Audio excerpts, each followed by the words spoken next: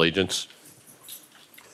I pledge allegiance to the flag of the United States of America and to the republic for which it stands, one nation under God, indivisible, with liberty and justice for all.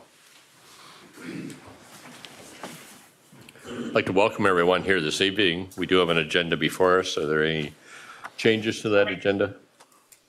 Now we'll operate under that agenda. The first item then would be consider the approval of the minutes from the regular council meeting that was held on April 12th. The council does have the minutes. Are there any corrections to note at this time? Move approval. Second. Motion by Craig, seconded by Jim to approve the minutes as they have been presented. We'll move to a vote.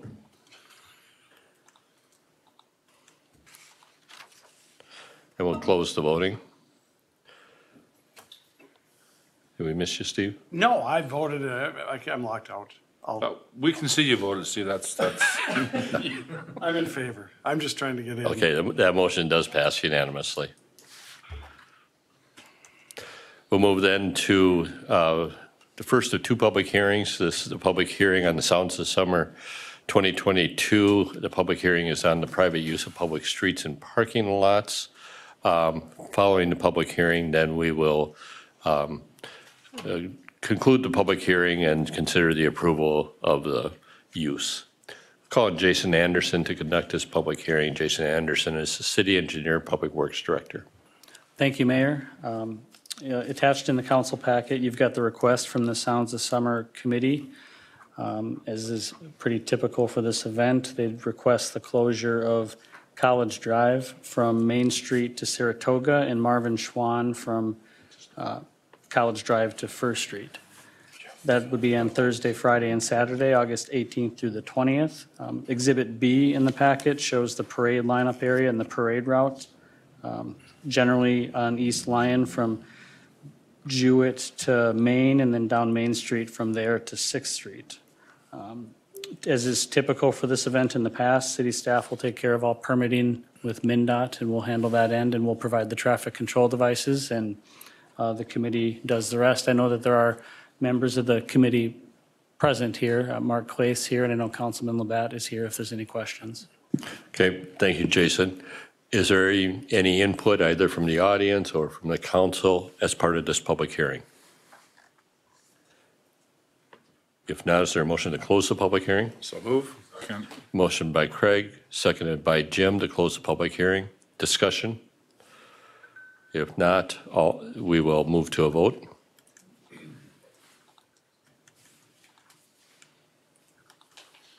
Are you in? We'll close the voting. And what kind of a question is that? Then the motion does pass. We'll now consider the approval of the private use of the public streets and the parking lots for Sounds of Summer as was presented at the public hearing. Move approval. I'll second. Motion by Craig, seconded by John. Discussion?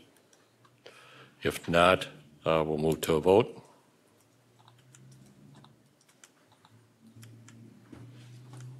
And we'll close the voting. And the motion passes with note the one abstention. Agenda item number 3 is a public hearing for the Small Cities Development Grant. With us tonight is Jeff Gladys from United Community Action, who has been administrator of the grant. So this is really a status update of the where we're at with the progress with this grant. So with that, Mr. Gladys.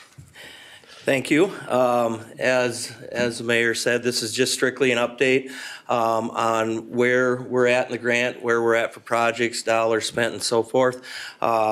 This grant will be closing at the end of September. When we close that down, we will do a final reconciliation of everything and we'll have all the final numbers for you at that time. The Small Cities Grant was applied for back and received in 2018. And we were set to finish in September of last year, but with COVID, everything came to a screeching halt, especially with trying to get into people's homes and so forth, which is part of this program. And we applied for an extension in 2021, and that was granted until 2022. The original grant was to do 21 owner-occupied, low to moderate income households. And when I say low to moderate income, that's 80% of area median income. And also 14 commercial projects in a targeted area within the downtown. And that target area was determined by surveying along with the owner-occupied. So there was surveys that went along with that. When we applied for the grant, the funds were made up of small cities development grants, and then Marshall had some Minnesota Investment Fund money that had to be put into this grant if we were going to apply for small cities because they came from the same pot of money. So at that time when we applied for $273,000 of small cities for the owner occupied. It was matched with $231,000 of, I'm going to call it MIF funds and we had matching funds that would go into the program of another $216,000. So on the owner-occupied side, we were looking at $720,000 of repairs going into 21 households. On the commercial side, it was $252,000 of commercial money from small cities, $238,000 of MIF money, and $222,000 of match, which came to $740,000 of commercial money in the original application. Of that, besides that, there was the grant supplied some administration for United Community Action, and then along with the MIF money, there was 15% administration that came with the MIF money, so there was $153,240 of administration funds to go over that 3.5-year period. As of right now, we are on pace to do 23 owner-occupied, so 2 over our targeted number, and we are on pace to do 18 commercial projects. Originally, that was 14, so we're on pace to finish with both. Right now in the owner-occupied, there's 18 projects that are complete and 5 that are in progress. So there's no open slots left there. There's about $6,000 left on owner-occupied.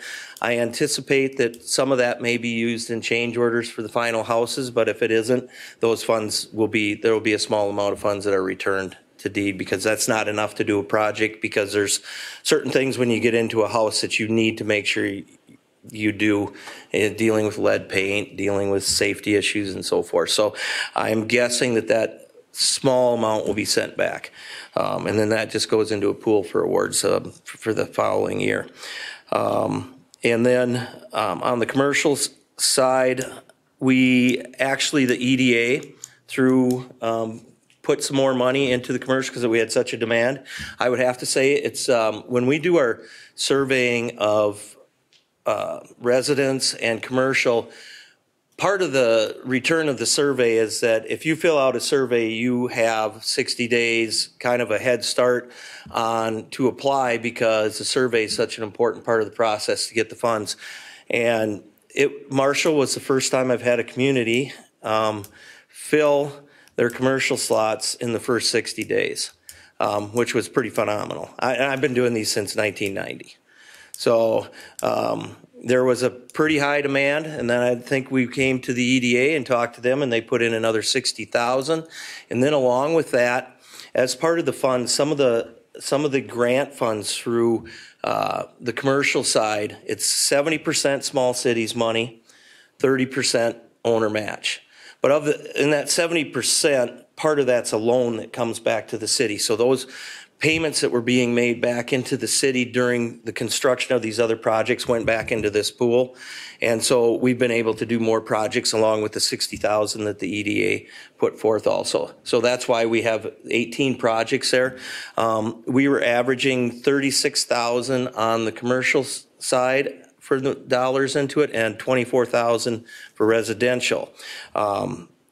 We have a max also, so on the commercial side, a max that we can put into a project is $40,000, and on the owner-occupied side, $25,000. Owner-occupied, the split is 80%, 20%, so 80% of that forgives over a 10-year time frame. Owners come up with 20% of the match. There are some instances where we deal with extremely low incomes, in which that's verified as people that are 50% area median income or less. They are not required to have a match. That's just part of the deed rules or small cities rules. Funds provided by Department of Employment and Economic Development. That's for deed. So I've used that acronym for a long time. So sometimes it just gets out there. Right now on both of the projects, we're required to have 30% match on the commercial. We're running at 34%. And 20% on owner occupied, and we're running at 23%. So we're looking good there. Everything is proceeding on this grant. We're set to close in September. We'll close it down, and then we'll do our work with the state. And when we get finals numbers, we can get that back to the city so you guys can see the exact dollars amount. Original grant, we were anticipating that 1.6 million. We'll go over that. So that will go into all these projects. So I'm just checking to see if there's anything. I made my notes and then I hardly look at them, so I'm just looking to see if I missed any of it. And I'm open to having any questions that anybody has on the small cities grant. You know, as on the commercial side, these dollars are provided through a slum and blight designation. So anytime we look at a commercial district and if we feel a business, when we do the target area, if there's more than two things visible on the outside that need repair, it can be classified for that. But that's one of the grant stipulations. And of course, on the owner occupied, it's low to moderate income. And there has to be a low to moderate income component to apply for commercial funds. Okay. I know I went through a lot of numbers in that, and when we get this closed, you'll get to see, you know, I'll have it in front of you, but they're really with the open projects and stuff, there's too many numbers floating around right now to give you, you know, anything other than here's where we're at. We are going to have more than 1.6 million, and it's been a project that's moved along very well. So, comments or questions? Thank you, Jeff. This is a great use of funds for improvements to both residential and commercial properties, and thank you for your good work in administering this. As part of this public hearing, I'd open it up for any input, comments, questions from either the council or anyone in attendance this evening. Russ? Jeff, just a question. You mentioned a buzzword, blight. Does that affect residential as well? No, the slum and blight designation is for commercial areas. Okay. So it's called a federal objective. And in order to apply for these funds, it has to meet a federal objective. Okay. So that's where commercial comes into play, because there's no income guidelines on a commercial side. Where on low to moderate income is also a federal objective designation. DEED does have regulations too that there has to be more dollars on the average in the state that's used on slum and or on low to moderate income than on commercial. So we can't come in with just commercial projects, or we can't come in with when they're figuring the grants out. If they have too many commercial applications, they'll trim down your commercial. And the only reason I ask that, Jeff, is that this council has heard in the past about residential blighted property, you know, addressing those issues and where can we get funds to do all that type of thing to address them. But yeah, in this case, do you think anything like that will ever be available? Well, you know, I think from a community the size of Marshall, you know, the small cities development funds are intended for communities under 50,000 people. Really, Marshall should almost at all times be in the works when one grant's closing, looking at it a year down the road to applying again, because of the size of Marshall, you have to target everything. Any community that's over 5,000 people has to be targeted. And one of the things on the residential side is in larger communities that approach that 10,000 range is you have more rental properties than in some of our small communities. Mm-hmm. So say I'm working in Redwood Falls or Jackson where it's under 5,000 people. Your rental rates are probably 30% versus Marshall approaching 50.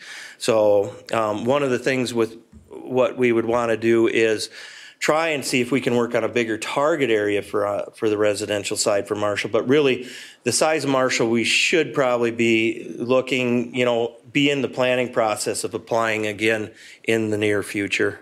Okay, thank you. John?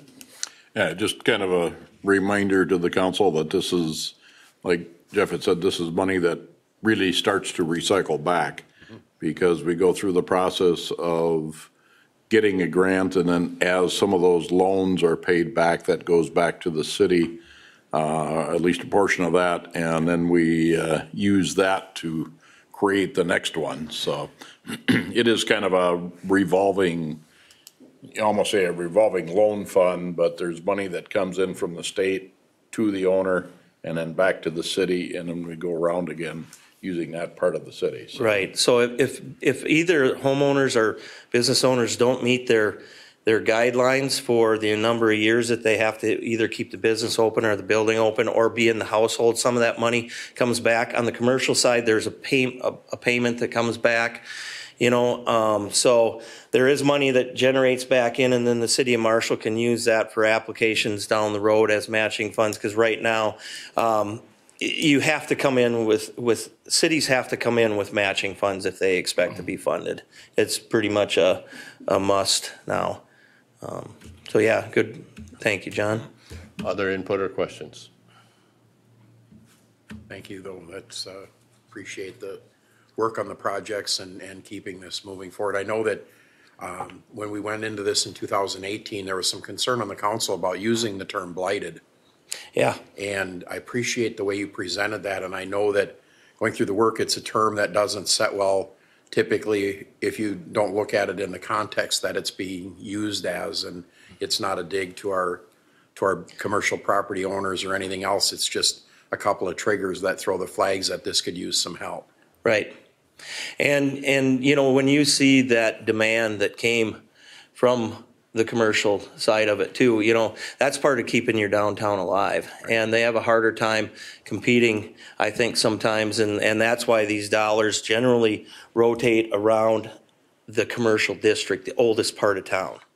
Hardest ones to maintain, hardest ones to keep up, and so forth. But yes, that's exactly right. It's not meant to be a slight, if you want to say that, but it's a designation that we need the council to do in order to apply for the funds.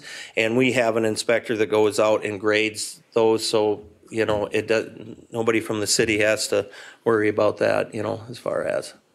So. Any other comments or input? If not, thank you. I will close the public hearing at this time. All right, thank you. Thank you.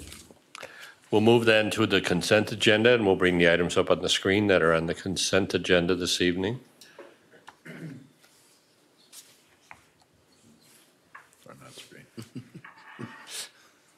I just had him switch that, actually. Okay. It's usually the live feed, but I'm not sure what Alex usually shows. Okay, I'll do it a different way. So the items on the consent agenda this evening include consider the approval of the Red Baron Arena and Expo sponsorship agreement, consider approval of the Flaherty and Hood lobbying services contract for technical education pilot program from the Wastewater Treatment Facilities Improvement Program, consider the payment of the invoice to Bolton and Mink, introduction of the ordinance, amending the chapter on boards, commissions, and authorities, introduction of the ordinance, amending the mobile food units and food carts ordinance, the introduction of various ordinance, zoning ordinance amendments, consider the approval of the temporary 3.2% malt liquor license for Marshall Baseball Association, consider the approval of the application for American Legion Post 113, consider the approval of temporary on-sale liquor license for the Convention and Visitors Bureau, the facade improvement grant fund request, and finally consider the approval of the bills and the project payments. So is there any item on the consent agenda any member of the council wants removed for separate discussion? Move to approve. Second. Motion by Steve, seconded by Craig to approve the items on the consent agenda. Discussion on that motion? If not, we'll move to a vote.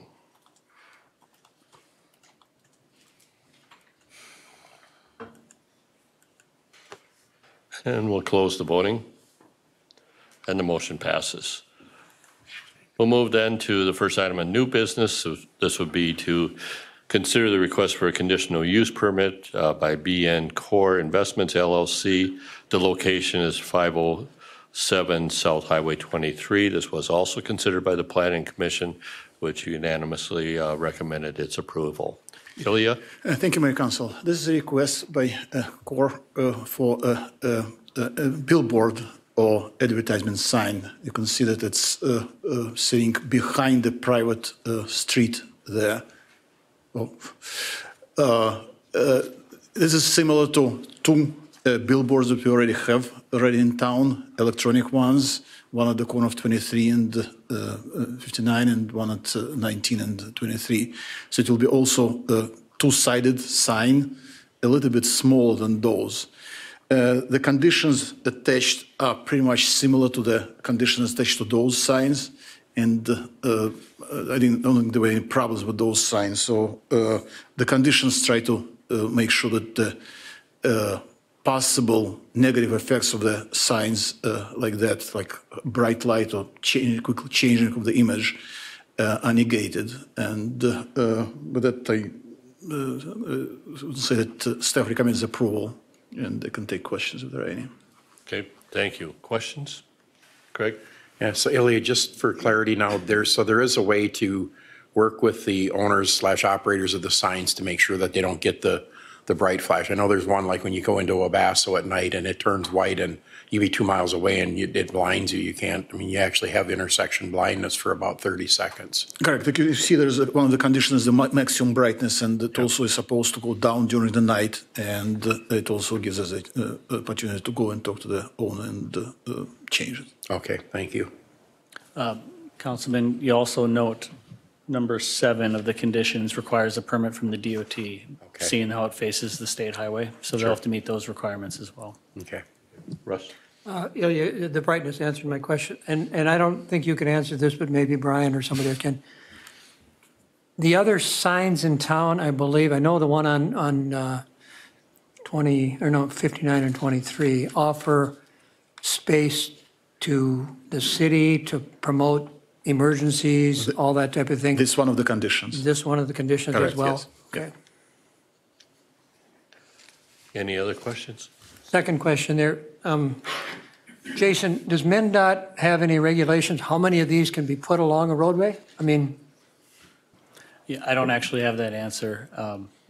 I believe brightness was one of their topics. Do you remember that, Ilya? We talked to them briefly, but. Yeah, I don't think there is anything specific. I mean, they only want them to apply and then they review. I don't think there is anything specific, but if you look in the cities, I mean, there are plenty of them in a row. this one here is the closest one to a residential area. The other ones aren't. The ordinance requires that it should be at least 100 feet between the signs like that and the residential area, and this one satisfies that condition. Any other questions? If not, you have the recommendation. Move approval. I'll second. Motion by Craig, second by John. Discussion? If there's no discussion, we'll move to a vote.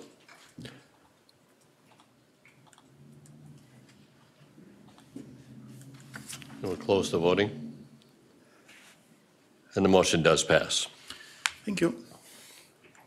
We'll move then to agenda item number 16, consider the award proposal for the wastewater toxicity reduction evaluation study and the Npdes permit assistance. With us tonight, Scott, are you going to handle this? With us tonight is Scott Truitzen, the superintendent at the wastewater treatment facility. Welcome, Scott. Thank you, Mayor and Council. It's a two-part thing. The first part is our whole effluent toxicity. It's a test that we have to take, and we actually failed that back in 2011. So the MPCA had us enter into a TRE, or toxicity reduction evaluation. There's continual work on that of taking samples and testing to see what is causing our failure. The general thought is it's a combination between chlorides and possibly nitrogen. Now with the water plant going online and us reducing chlorides, hopefully we can narrow that down. The second part is for our We've got our new limits notification letter from the MPCA that Mr. Mayor got that on the 1st of the month. And there's 6 new things that they want us to have on our permit, our next permit. So we basically need engineering services to look this over and see what we have to do to answer. In the original letter, they requested we answer within 30 days. I did contact the MPCA, and they've extended that to the end of July for us, so, because it's the complexity of the permit. If there's any questions, I can certainly answer them. Okay. Thank you, Scott. Questions?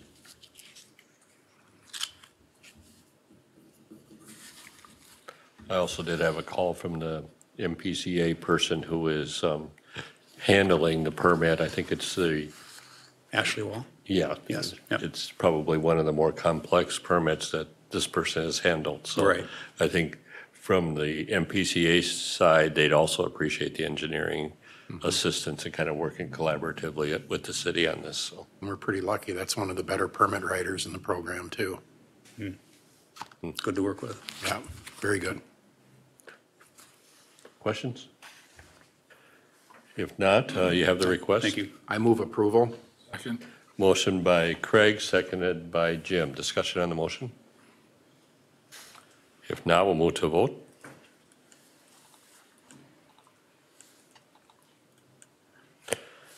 And we'll close the voting. And the motion passes. We'll move then to agenda item number 17. This is the Lion Street Parking Lots Project, Baldwin and Rose. The request is to consider authorization to advertise for bids. Jason? Thank you, Mayor. The 2 lots for consideration here are essentially the City Hall lot and the lot behind the nickel, the Baldwin and Rose lots. You know, initially for this construction season, we talked about doing the parking lot behind the nickel and then the parking lot across from the movie theater. When our staff really started to dive into the design work, we realized there was a lot of implications from the downtown project in 2023 that may impact how we handle things on the movie theater parking lot. And instead of trying to guess and make a wrong decision, we wanted to just give that a little bit more time. Because we do have funding out there to do the parking lots, we would recommend that we go ahead and just switch and try to get the other 2 done. We had planned to do the one behind City Hall the following year anyhow. So I think it makes sense to try to make this work. We have gone to committee with all the parking lot layouts, so we have done a review with council. I think that there's support from the committee for what we were proposing. One thing I would note is that the parking lot behind City Hall, it's not all entirely city property. The driveway in closest to the CenturyLink building is actually on CenturyLink property.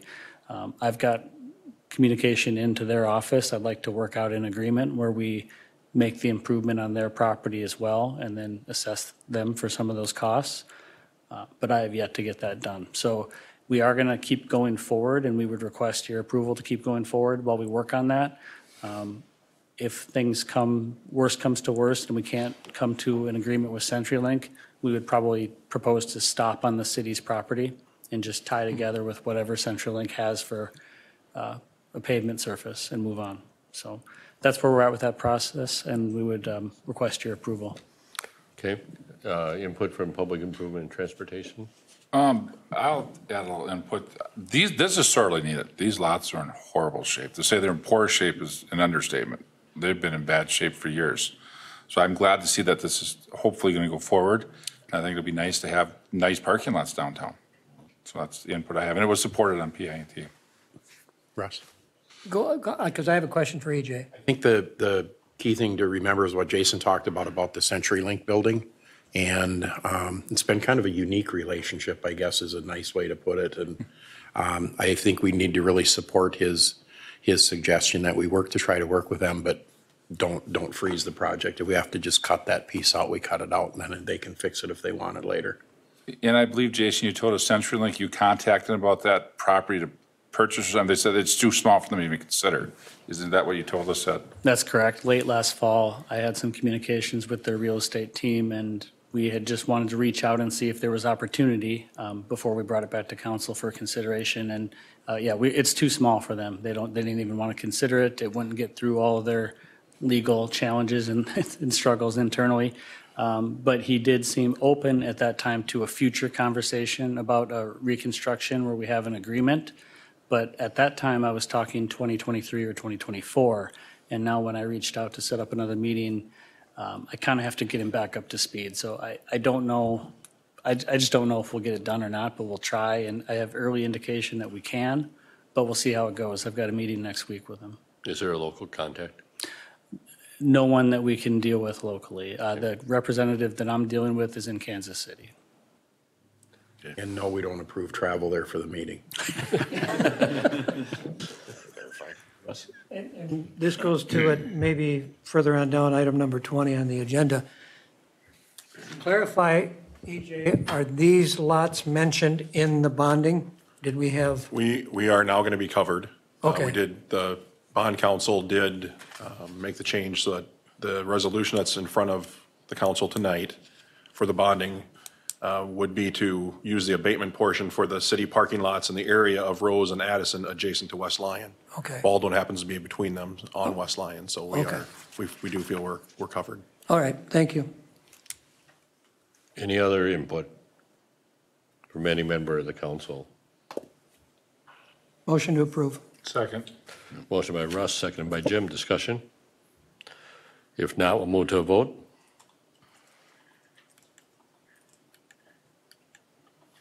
And we'll close the voting.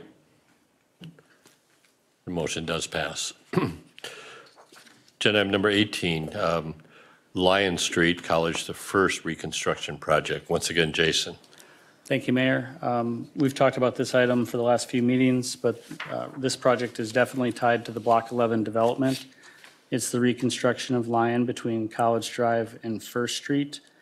We would extend utilities and put driveways in the proper placement for the Block 11 development. Proposing concrete surfacing with a width of 53 feet as measured from back of curb, so that's a little narrower than is what's there today. We would be proposing for parallel parking adjacent to Block 11 and angle parking on the opposite side of the road. We think that that will set us up nicely for future reconstruction on the other side of the intersection when we go downtown and work on Lion Street and 3rd in the coming year, hopefully. We would likely be proposing a similar arrangement, but we still have to work through some of that with public input, council input, and things like that. But we think it's a good layout and it should work out nicely. We've got plans pretty well in place, and we'd like to request approval of the plans and to order the advertisement for bid. Okay, thank you, Jason. Questions? If not, the request is the resolution that would approve the plans and specifications and order the advertisement for the bids. I move the resolution. Second. Motion by Craig, seconded by John. Discussion? If not, we'll move to a vote.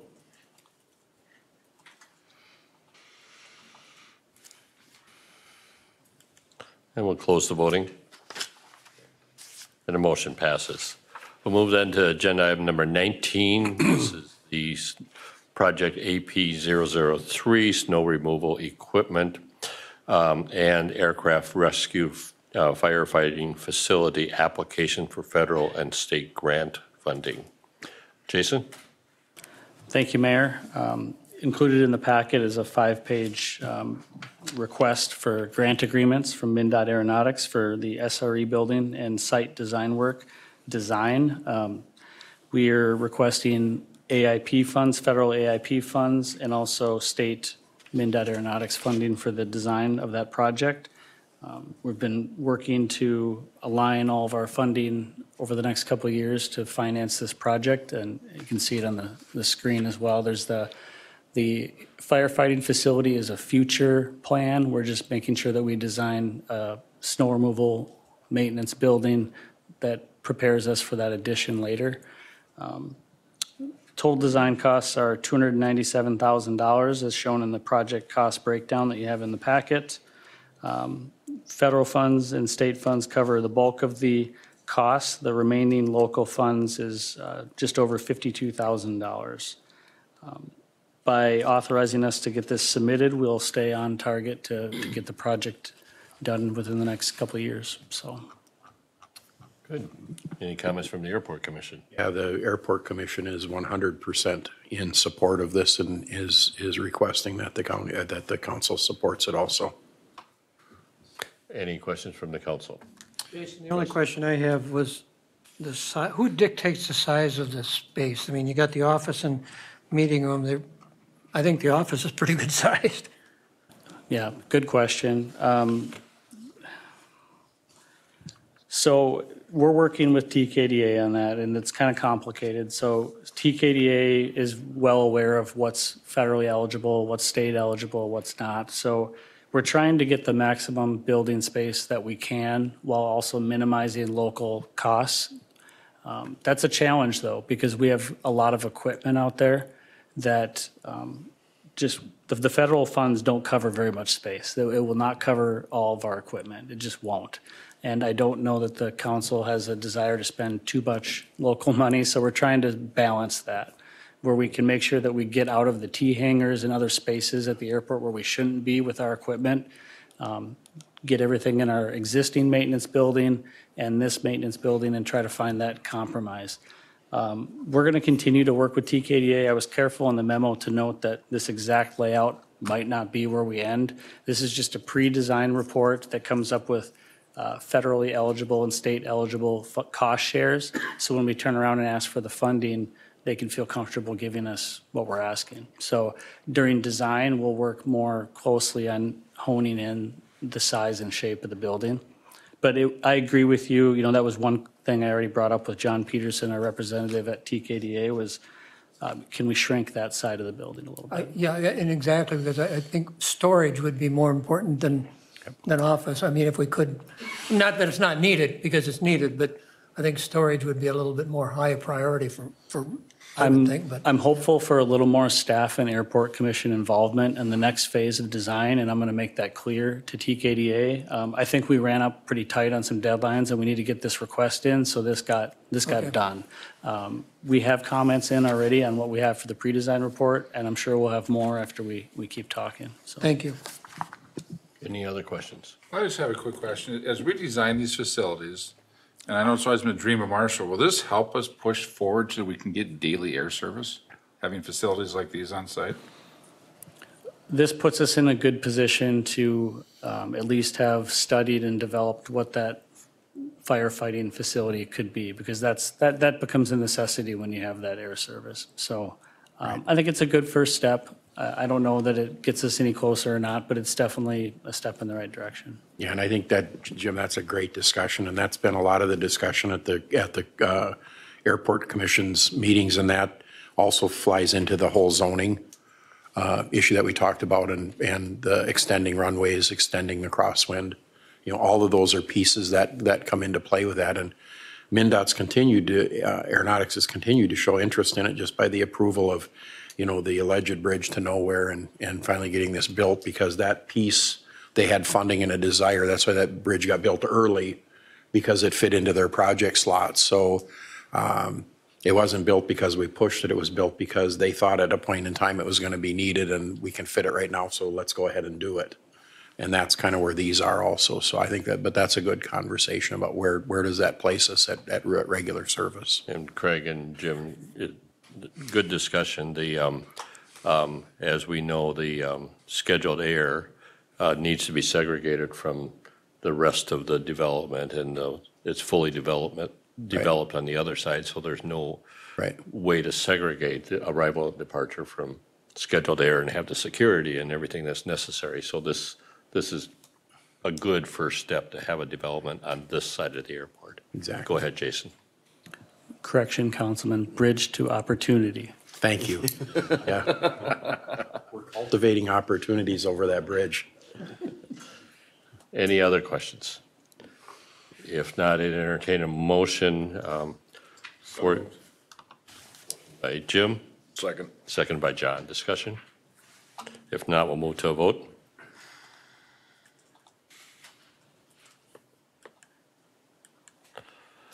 And we'll close the voting. And the motion passes.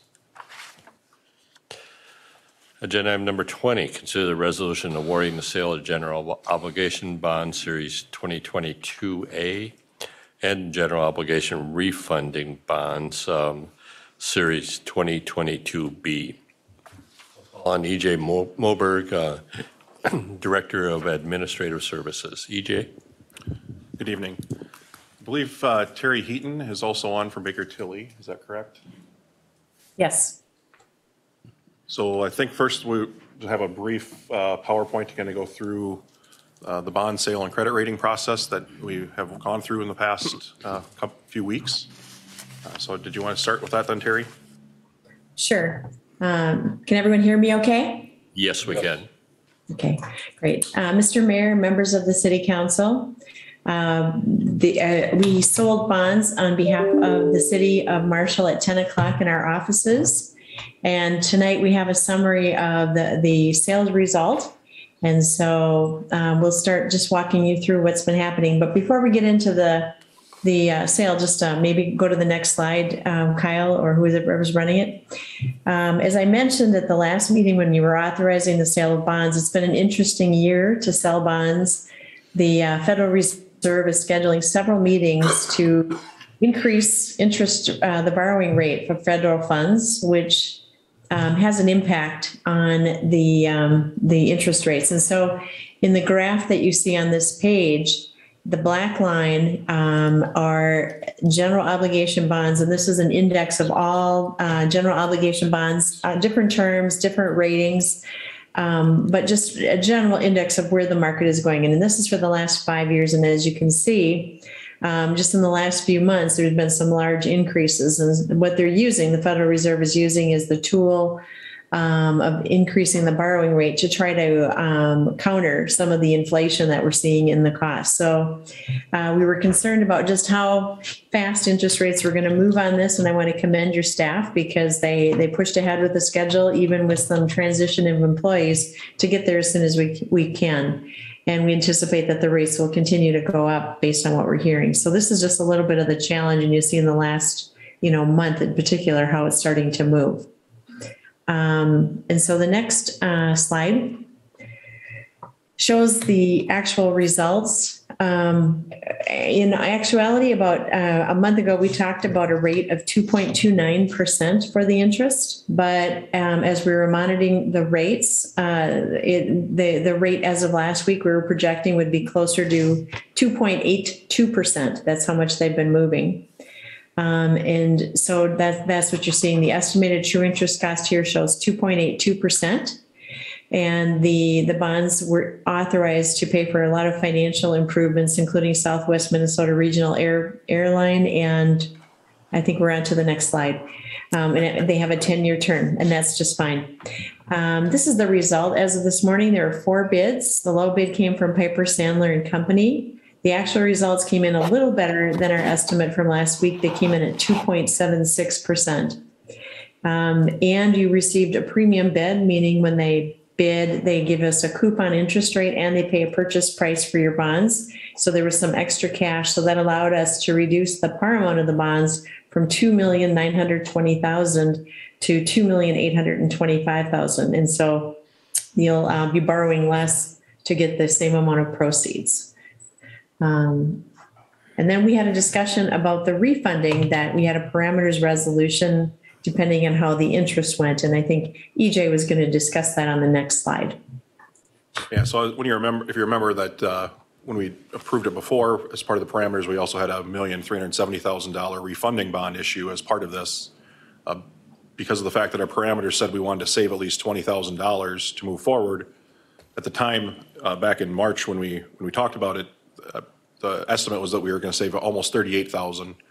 As of the last estimate, it was just over $11,000. So we did have a conversation with Baker Tilly yesterday, and they did ask me to go ahead and pull the sale for today on that because we weren't going to meet the $20,000 limit.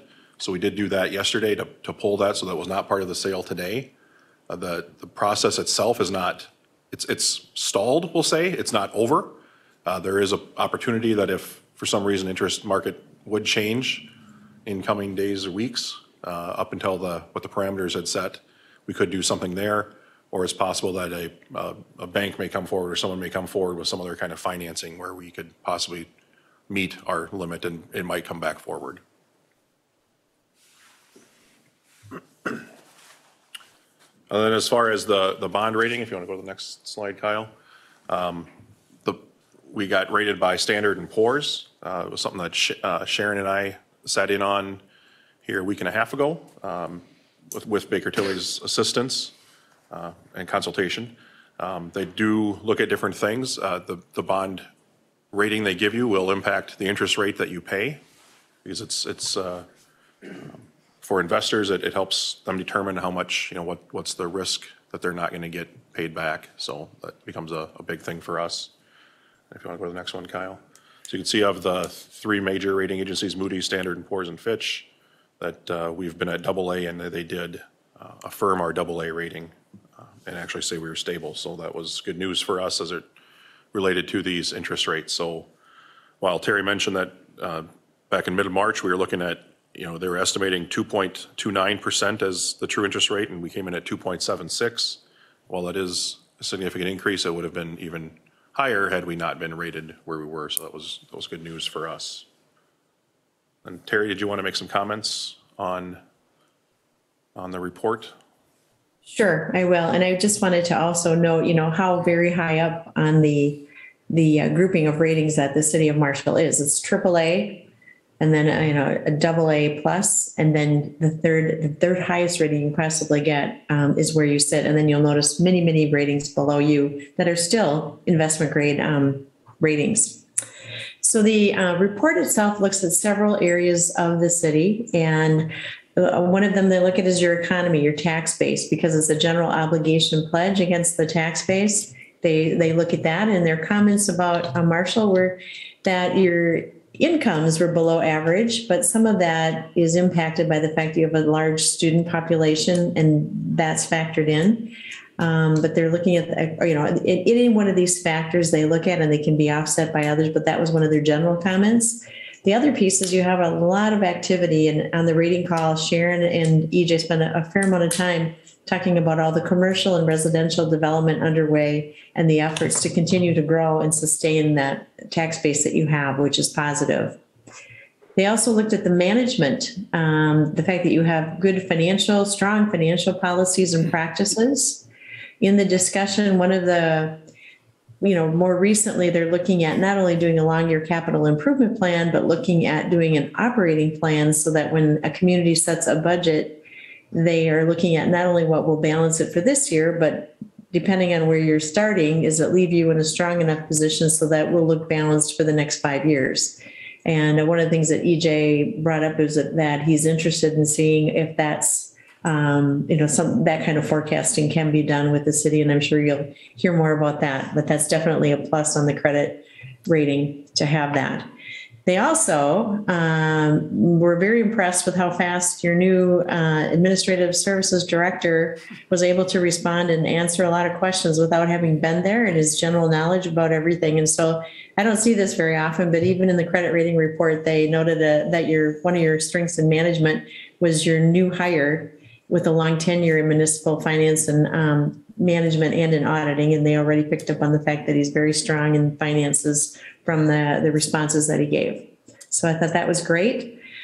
Strong budgetary performance. They actually increased your rating here. These are qualitative measures in addition to your rating, and they raised it from adequate to strong due to stronger performances. They're looking at every year your revenues over your expenditures, consistency in that, and they actually raise that based on your track record to show good performance in your budget.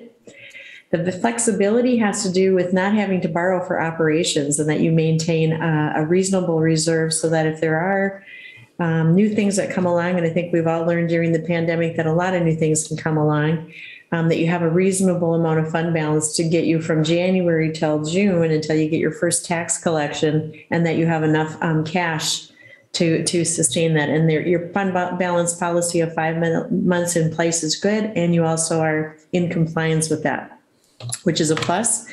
They did note that you have high levels of debt with rapid debt amortization, and what that is, of course, is they're looking at your debt compared to tax base. And we've talked about this before. In Minnesota, folks are able to issue debt a little more easily than in other areas. And as a fact, and as a result of that, you have better infrastructure also. So the net debt is around 21% of operating expenditures. Sometimes they're looking for something just below 20. So they noted that. But then the other part of it is, if you have rapid amortization, that's a little bit why you have higher repayments, is because you pay back bonds in 10 years for the most part. 81% of the scheduled debt is going to be repaid within 20 years. So if you're a community that's, issuing 25 and 30-year bonds and you have elevated debt, that's a concern. But a part of the elevation you have is that you have short terms and you pay it back faster. So those were some, I think, very good comments on why you have, even after, just coming out of the pandemic, you're reaffirmed credit rating and stable. What could increase the rating? This is something out of the report. They did say it's unlikely for the city to have this much market value and income growth. But if you did, and they were to materially improve, they would consider looking at increase in the rating. And the other side of that is the next slide, is what could cause the downside scenario. And they could lower that. One of the factors that offsets maybe the lower incomes that you have and the amount of debt is the fact that the city reserves are strong. And so if you start to take some of that down, that could be something that could weaken the credit rating. If you had weaker debt, the budgetary performance, or added a lot of one-time capital expenses that they weren't aware of. We did talk about all the upcoming debt as part of this, and just a couple of projects that you have on the horizon. So this takes all of that into account. They also could lower the rating if a significant taxpayer would change, and it would change the city's economic vitality. Or if the high debt levels that, in addition to the things that they already know are coming, became very high and the carrying charges began to pressure operating finances. So that's a summary of everything in the credit rating report. And with that, I don't know if EJ wants to do, we've got questions and discussion on the credit report. And certainly we recommend the low bid from Piper for the bonds. Thank you, Terry. EJ, anything more from you? No, that was what we wanted to say, was that we do recommend that the low bid be accepted. Many of these projects have already been let and are going to be worked on, so we do recommend that one be officially accepted and move on that way. And otherwise, we're open for questions. Thank you. Questions from the council? Go ahead, Jim. I'll make a motion to accept the low bid. I'll second it. Motion by Jim, seconded by Craig. Discussion? Just congratulations on the credit rating. I guess it's good to see, and we're maintaining it, so it's good. I don't think my 8 weeks probably did much, so congratulations to all of you for helping with that. And Terry, thanks again to you and Michaela for good counsel. Yes. Thank you. Other discussion on the motion? If not, we'll move to a vote.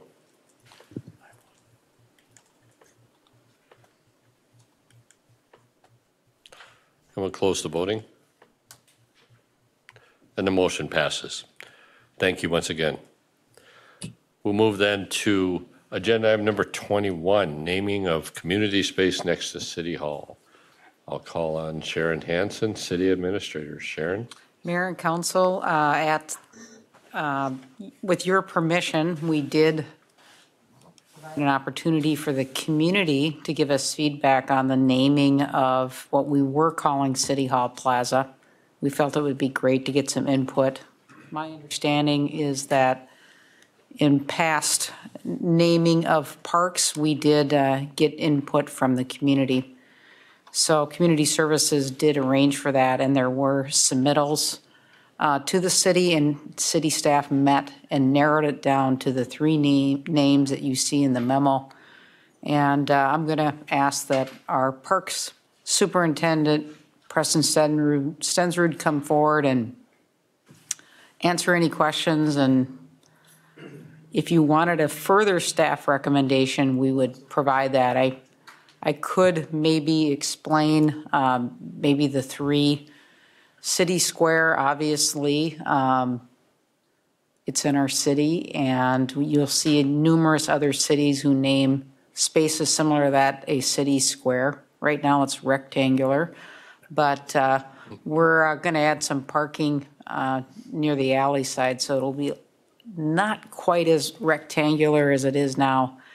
And then a little description on the lobby. It was obviously formerly occupied by the hotel, the Brantham Hotel, and the submitter for this particular name stated that in that hotel, the historic hotel, there was a large lobby space which was used for gathering, and this space was mentioned as a potential gathering space. That's our vision for this. So it ties us back to the original development in that space. And then Terrace 1872. Terrace actually does describe a space such as that, a vacant space, which can be used again for gathering. And then 1872 is a nod to, obviously, our 150th and our origination as a city of Marshall back in 1872. So, Preston, if you want to come forward and add some comments, that would be great. We want to know what your choice is, too. Thank you, Sharon, and Mayor and Council. I don't have a lot to add since Sharon explained that quite well. It'll be nice just to give it a name because as we've ordered construction materials, and I asked Sharon if it's okay to move forward with this. It's like, what do we want to call this? It's not a park. It's not a plaza. That space, you know. So it'll be nice to give it something, and we thought bringing it back to you guys and just having something that was kind of catchy and instead of a park, because it's kind of small to be a park, in my opinion. But the terrace, like you said, is trying to think what they call like paved surfaces next to a building, so that fits. And the 1872 with the founding of Marshall, and this year being our 150th. I like all three of them. And we had a hard time narrowing it down to three, but we're in favor of any three. If you guys have something that sticks out, or I have my favorite, but I don't want to. Yes, there you go. Preston's Park or something? No. Stendrud Square? No. So you're asking a group of 6 men to make a decision on a name. We should be out here by midnight. Yeah. I will throw my opinion. I like Terrace 1872. I think it's a nice call out to when the city started, and it's a nice name for that little spot. And I'll step in. I think all three of them are very thoughtful, and I would be happy with any of the three, but I also like Terrace 1872. Russ, what do you like? I like either of the two other than Terrace 1872, because I think, because I'm saying we've got Mrs. Whitney's statue over there to kind of signify the beginning of Marshall, and I don't know, it's up in the air, but. Like I say, my engineering side says it's not a square. I can't call it a square. So the lobby, okay, now I understand a little bit better than first seeing it. But my preference would be the Terrace 1872. Dr. Meister. I'm ambivalent. They're all good. I defer. They are all good. Yes. And then I'd be now interested in what the staff preference is. Let's go down that line.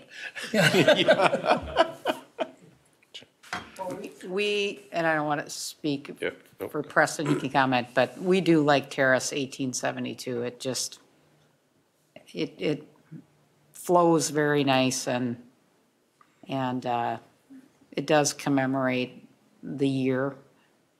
And so, yeah, that's what, we like that the best if you were going to ask us. So I don't, if you want to comment further, Nope. so. That's my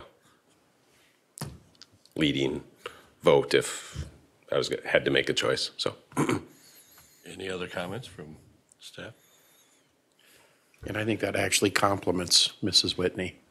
And the reason I asked for staff is that we do value your opinion and the value of this process. So from my standpoint, the majority are leaning towards Terrace 1872, I'll support that. You know, City Square, I agree with John, it's not a square. Lobby, it's also not a lobby. It's outside. But you could lobby for the name. Right. So I would entertain a motion. I'll make a motion name it. By Jim and the ambivalent one. If that Yes, I was going to say, but Terrace 1872, Terrace 1872. Discussion. I'm very proud of 6 men doing this in under 5 minutes. Yeah, that's only because you put the challenge out there. Well, we haven't gone to a vote yet. Yeah, that's true. We could have brought all 80 names. No. That'd have been interesting to see. Discussion on the motion.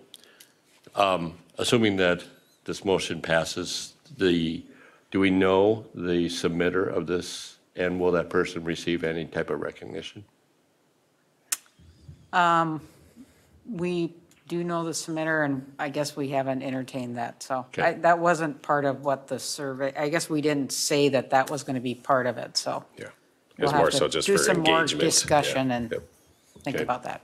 Any other discussion on the motion? If not, we'll move to a vote.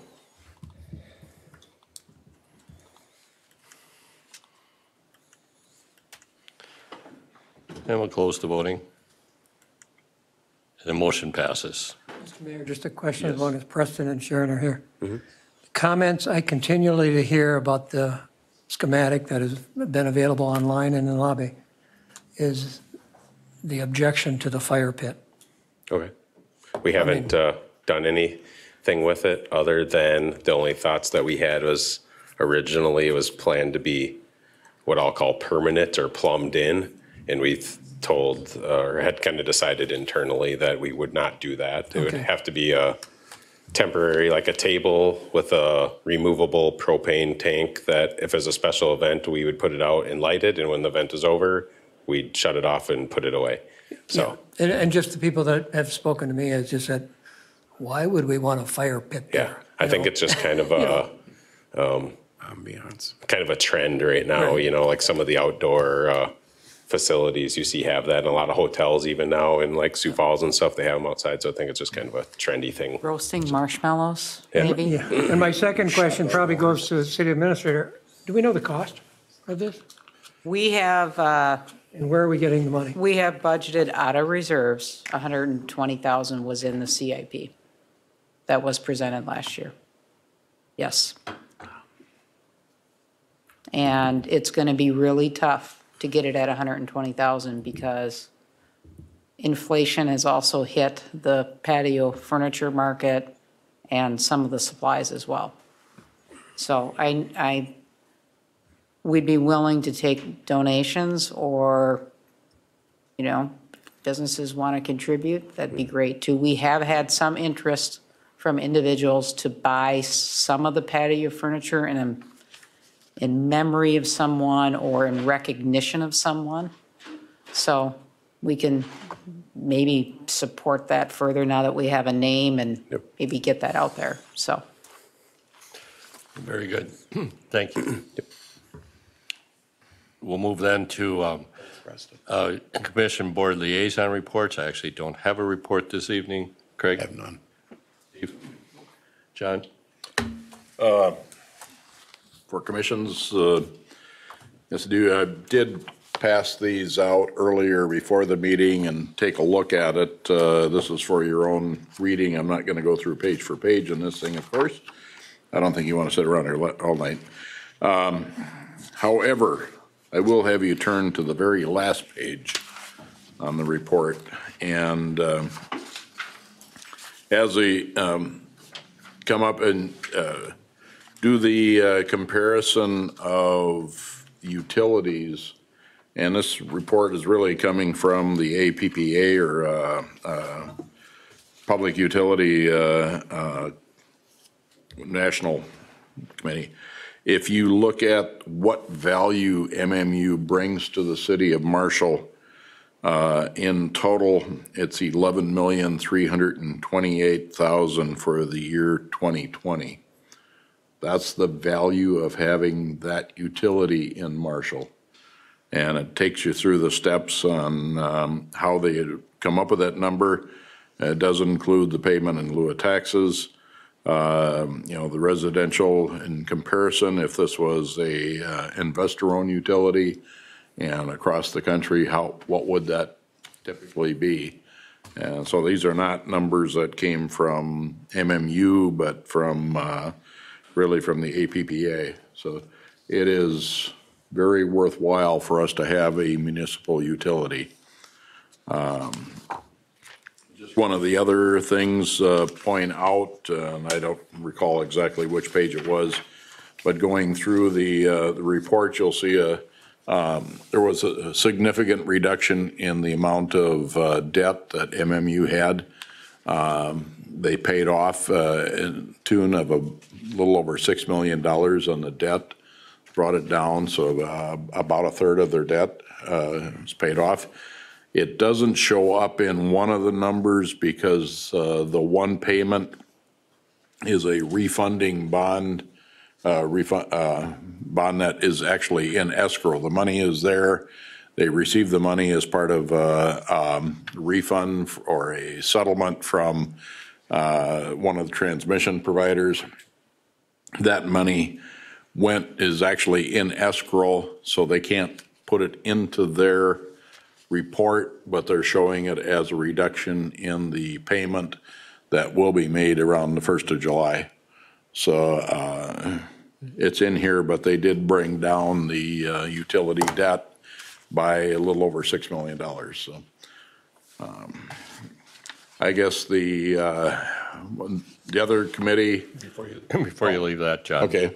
I'm glad you brought up the debt reduction, because that's also kind of city debt. And a number of years ago, there was quite a bit of public discussion about the level of debt. And of course, we know that a substantial portion of that was debt that was incurred by the municipal utilities for two primary things. One is to put the distribution system underground, and the other is for water acquisition to the Sandnes water field, as well as previously the Dudley water field, so that industries could have a reliable water supply. And from the report, the amount of debt that they've incurred for that almost half of that has been aggressively paid down. So that's very good news, not only for the utilities, but for the city. So thank you. And just along that line as well, you look in the report, you'll see as well that the reliability for last year, they did receive an award, a national award for reliability. It was 100%. No customer lost power due to an outage as a result of the utility, a problem on the utility. They did comment on one of the things. There was perhaps one time there was a very slight flicker where there was a slight brownout, and with their equipment, they were able to trace it back and confirm that was a result of a lightning strike that occurred just outside of Belleton. It came back as 12.5 miles away. They drove out there just to confirm it, and they could see the char marks on one of the towers that took a lightning bolt hit. And the result was just a very quick, it wasn't a blink, it was actually a slight brownout of the voltage. So interesting in their new equipment, what they're able to do, as well as just, again, reliability of the service. So a couple of other things is we've talked about the solar array that is planned for about the next 2 years. They're moving ahead. Of course, they've got the dollars reserved at Missouri River for the land, getting things going. There is going to be a delay in the equipment. This one of the things that has changed is this is not just going to be solar panels. It's going to be a solar panel, a 10 megawatt solar panel array, but it's also going to be 5 megawatts of battery storage. So one of the very few in the state or the country that actually have some storage capability to it. The biggest problem of bringing it online is a supply chain issue. Transformer they need to connect this up has got a 2-year lead time. Everything else is going to be there. Everything else can come in time. But the transformer is going to have a 2-year lead time. So that's one other little hassle.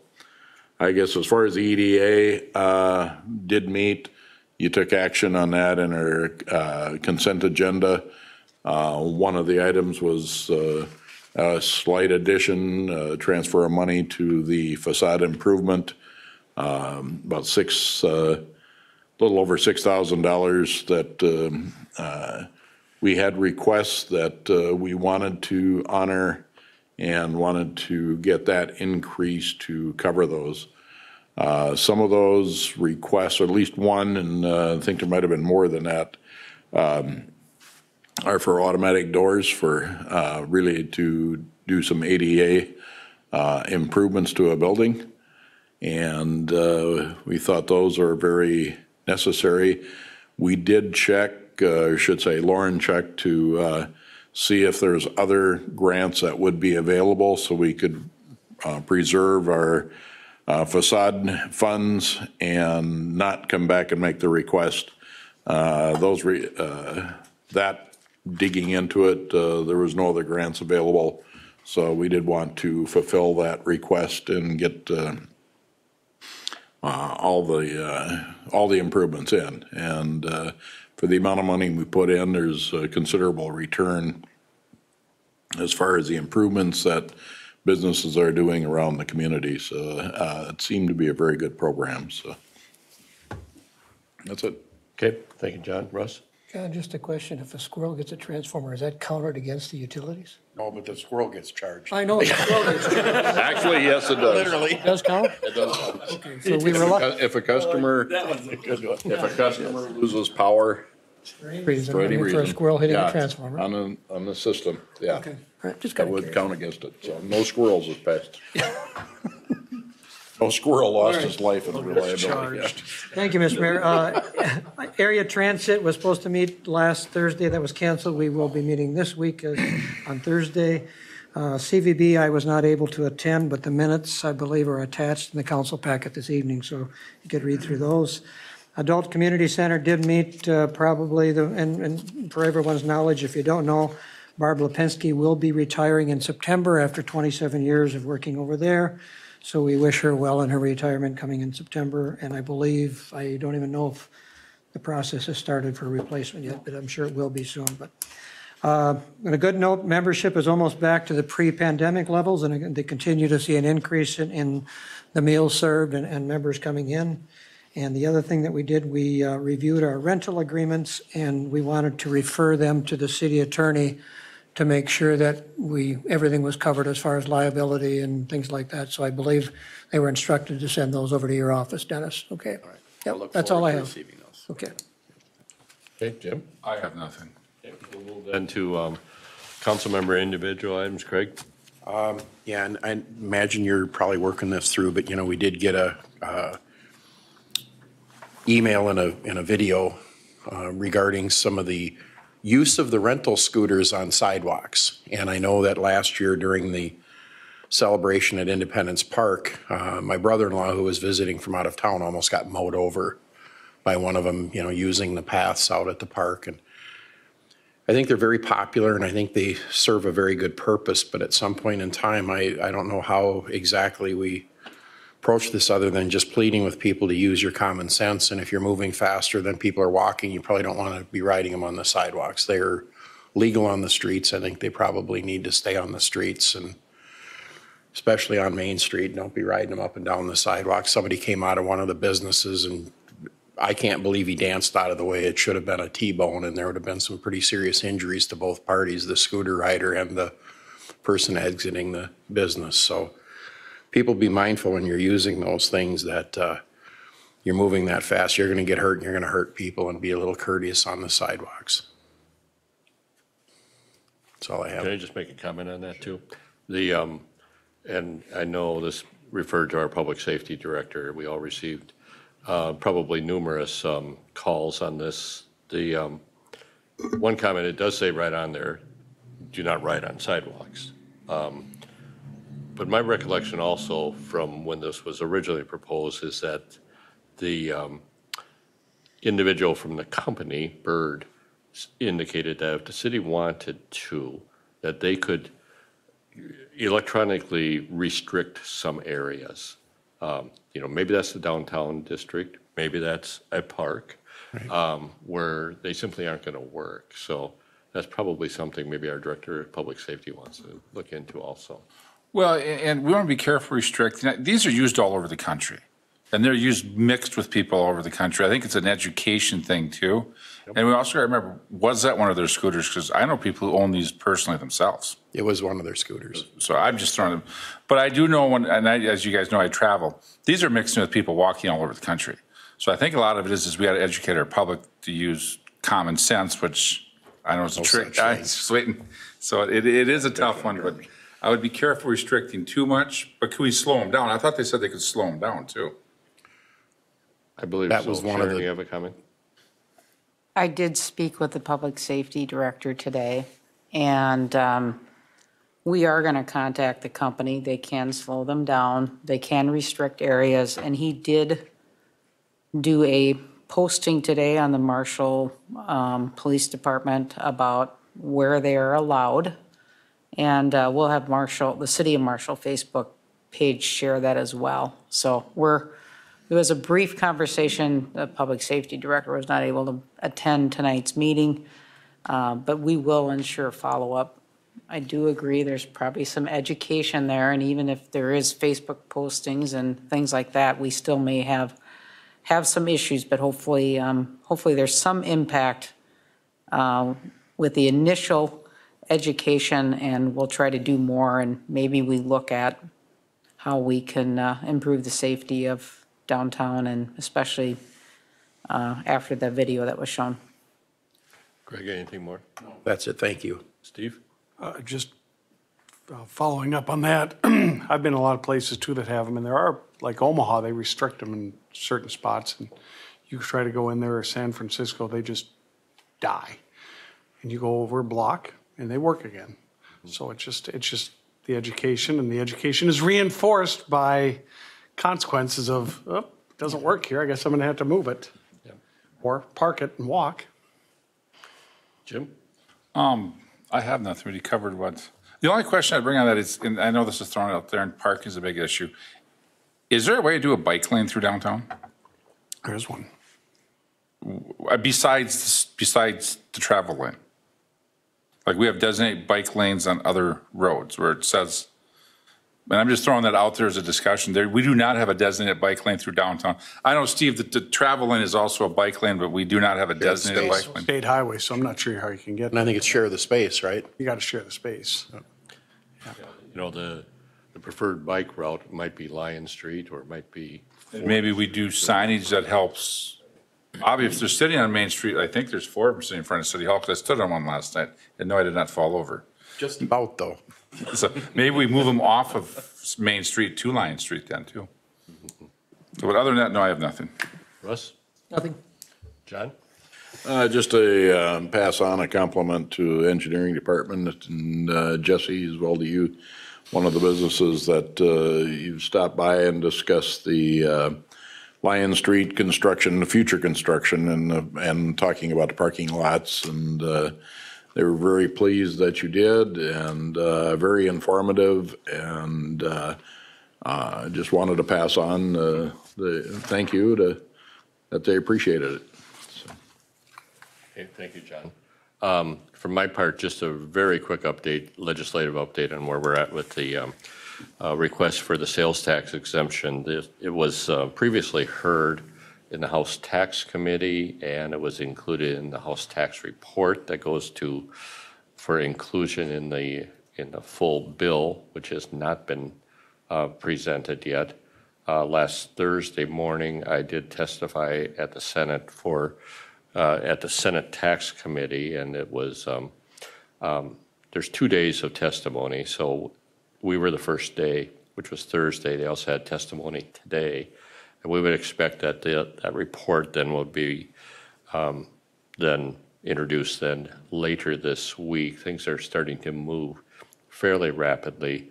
All indications were that there's strong support from the Senate side, and the language is identical to the House side for the aquatic center purpose and for the extension of the sales tax.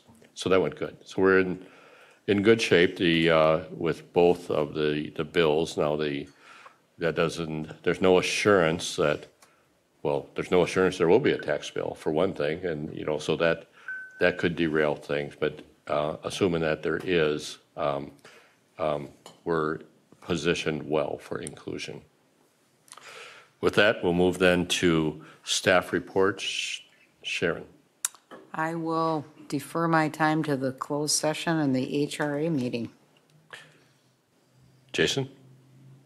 I can be brief. I'll just give a quick update on a few happenings. You've seen a lot of work going on in the park. The pond project's going along nicely. They're starting to put some of the rock into place and starting to dig the actual pond basin. So if weather can hold out, hopefully end of next week, we start to really see something there. But I think there's some rain in the forecast, so we'll see how that goes. Pedestrian ramps, the crossings on North 4th Street, the council asked us to go back and put into place. That work is partially done. The ramps are in place, and the street patch just has to occur. So nice to see that getting done. And then there's been tree removal on South 1st Street related to this year's project. The project itself won't start in earnest for a while yet, but the contractor wanted to get the tree removal portion done. Trees removed were essentially in the way of either sidewalk or the curb, or were lifting panels, or one way or another were going to be a problem. So that was why they were removed.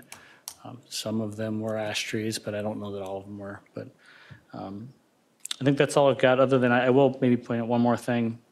The building department's online application program will be rolled out in May. So we'll send out some notifications to contractors and make a few postings. So it's been a long time coming, right, Sharon? So we're happy to get that rolled out and work through the bugs, and hopefully that works well for people. So. Okay, and Dennis. I have nothing else to add this evening. Nothing now. Okay. Mayor, Jason, has there been any update on the rental ordinances? Internally, we have a little more review yet to do. So we took all of that input from those sessions with the property owners and managers, and we're starting to just sort of write kind of internal policy type of stuff, Okay. like how we would handle things, kind of address some of those concerns. Once we get that review internally summarized, which should be soon, we'll start to work back through council committee and have some more conversations. Thank you. Okay. Any other questions for Jason? And Dennis, you still have nothing, right? So I'll defer. okay. With that, then we'll move to the information items for your review. I think we missed the building permits this time, so we can. They're in there. Okay. Well, I missed them. So, well, then that will bring us then to consider going into closed session to discuss city real estate needs. Is there a motion to go into closed session? So moved. Second. Motion by Jim, seconded by Steve to go into closed session. Discussion? If not, we'll move to a vote.